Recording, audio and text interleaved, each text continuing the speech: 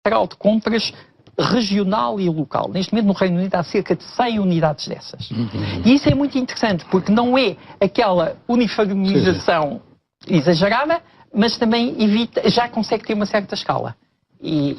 Este departamento que na Irlanda conduziu o processo da reforma, a Inglaterra passou a despachar diretamente com o Primeiro-Ministro. Enfim, com o Sir Humphrey, o equivalente ao Sir Humphrey daquelas séries do Yes Minister. Sim, o chefe de gabinete. Exatamente.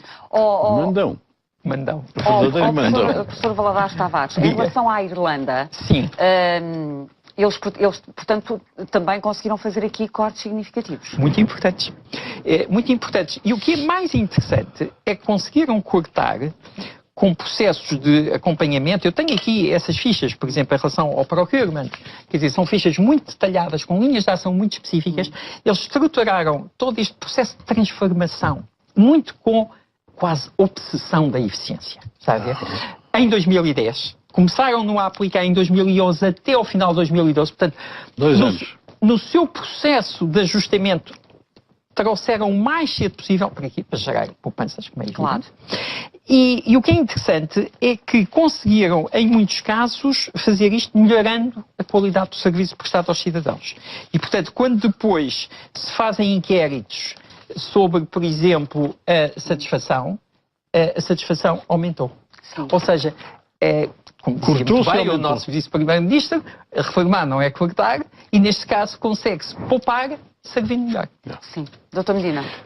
Não, eu não conheço bem o caso irlandês, mas nunca tive ilusões sobre a grande diferença entre a Irlanda e Portugal. A economia irlandesa, estive a ver há dias, de 99 a 2007, o ano em que cresceu menos foi 4%, mais rigorosamente 3,9%. E o máximo 11%. Sim. Nesse período nós nunca crescemos mais que 2 e pouco. Sim. Portanto, claro. Portanto, a Irlanda tem uma base económica que nós não temos. Nós temos a economia espatifada. Claro. Por outro lado, o problema não foi um problema do Estado, foi um problema do sistema bancário. O Estado assumiu o passivo, mas o Estado não foi afetado, senão na medida em que houve que intervir. Não tinha um problema orçamental.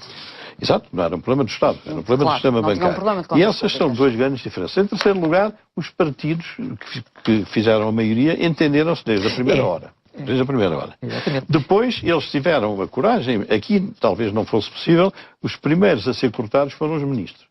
Aqui não defendo muito isso, se cortar alguma coisa aos ministros, eles têm que ir pedir alguma coisa para a porta da igreja. Mas aqui também sofreram cortes, porque eles também sofreram cortes. O ministro ganha 5 mil euros, você não pode cortar muito no ministro. Ganha 5 mil euros quê? Brutos?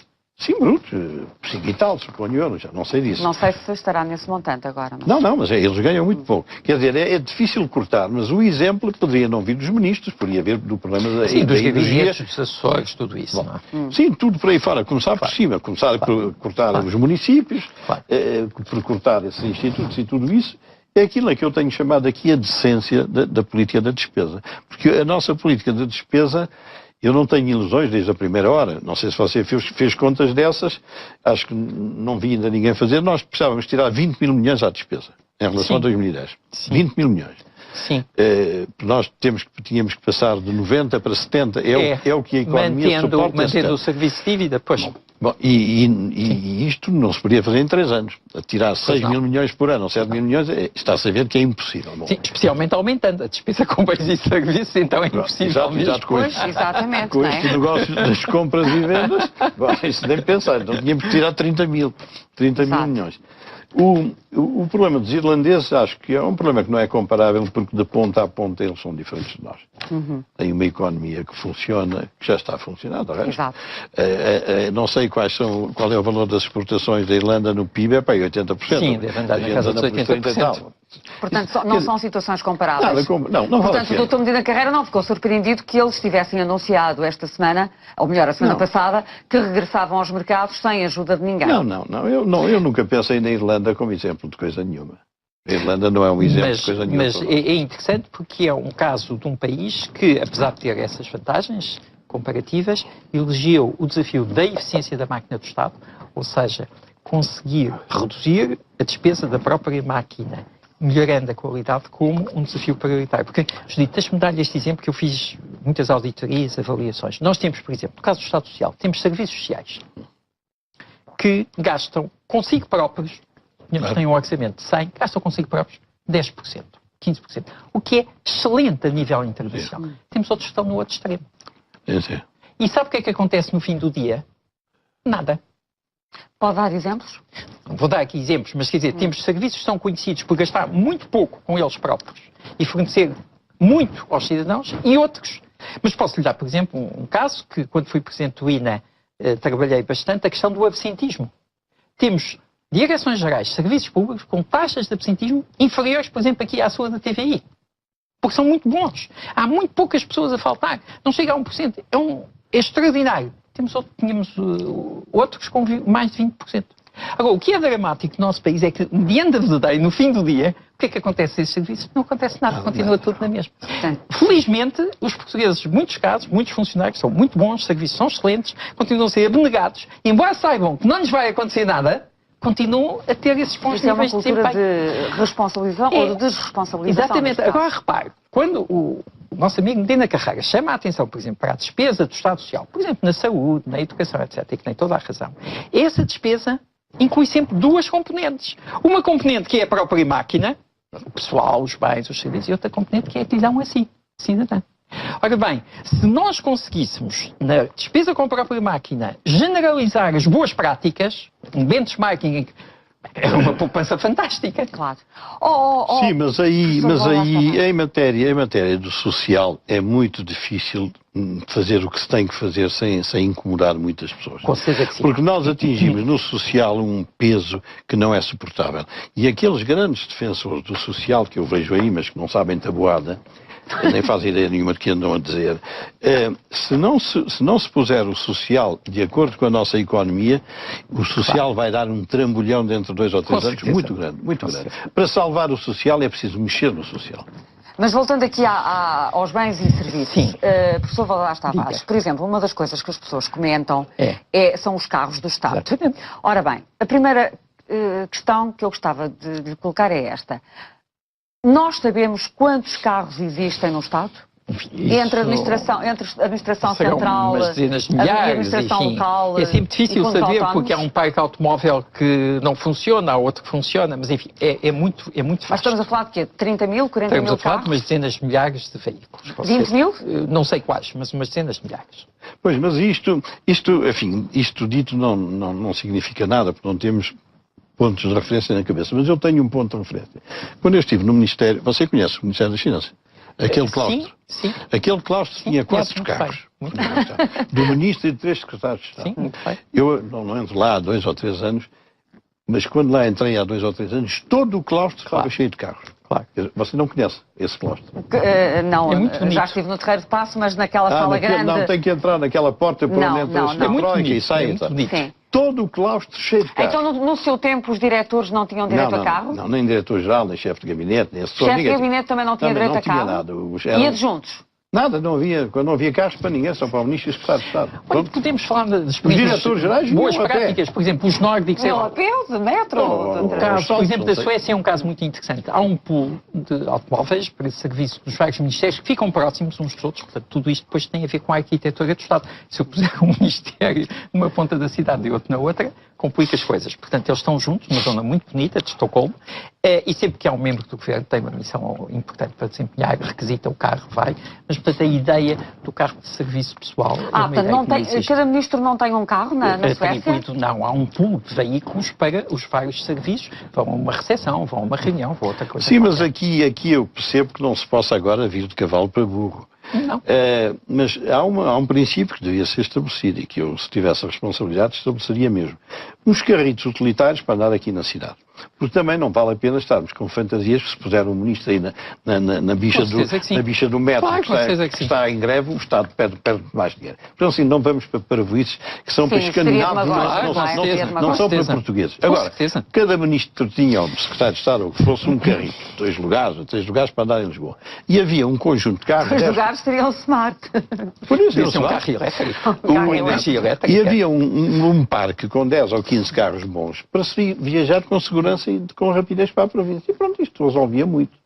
E resolvia do ponto de vista exemplar. Mas isto não é demagógico, doutor. Não é demagógico. Não, é que se você estiver desempregado e sem subsídio e vir passar um ministro num carro daqueles dos árabes, Isto é uma revolta profunda que vai dentro das pessoas. A imoralidade é uma das coisas graves. Está bem, e onde é que nessa equação fica aquilo que alguns chamam uma certa dignidade do Estado? A dignidade do Estado é saber fazer o que se tem que fazer. Isso é que é a dignidade do Estado. Não é pôr mãos asneirentos e depois... Essa expressão foi utilizada quando, por largos setores da opinião pública, quando, há cerca de 3 anos, o Primeiro-Ministro decidiu viajar em económica. Eu vi. Nas viagens no espaço europeu, nomeadamente para Bruxelas, não é? Onde vai com muita frequência. E na altura houve pessoas que discordaram dessa decisão, porque disseram que isso não significava nada em termos de dinheiro, porque a viagem é oferecida pela TAP, e que haveria que preservar uma certa dignidade do Estado.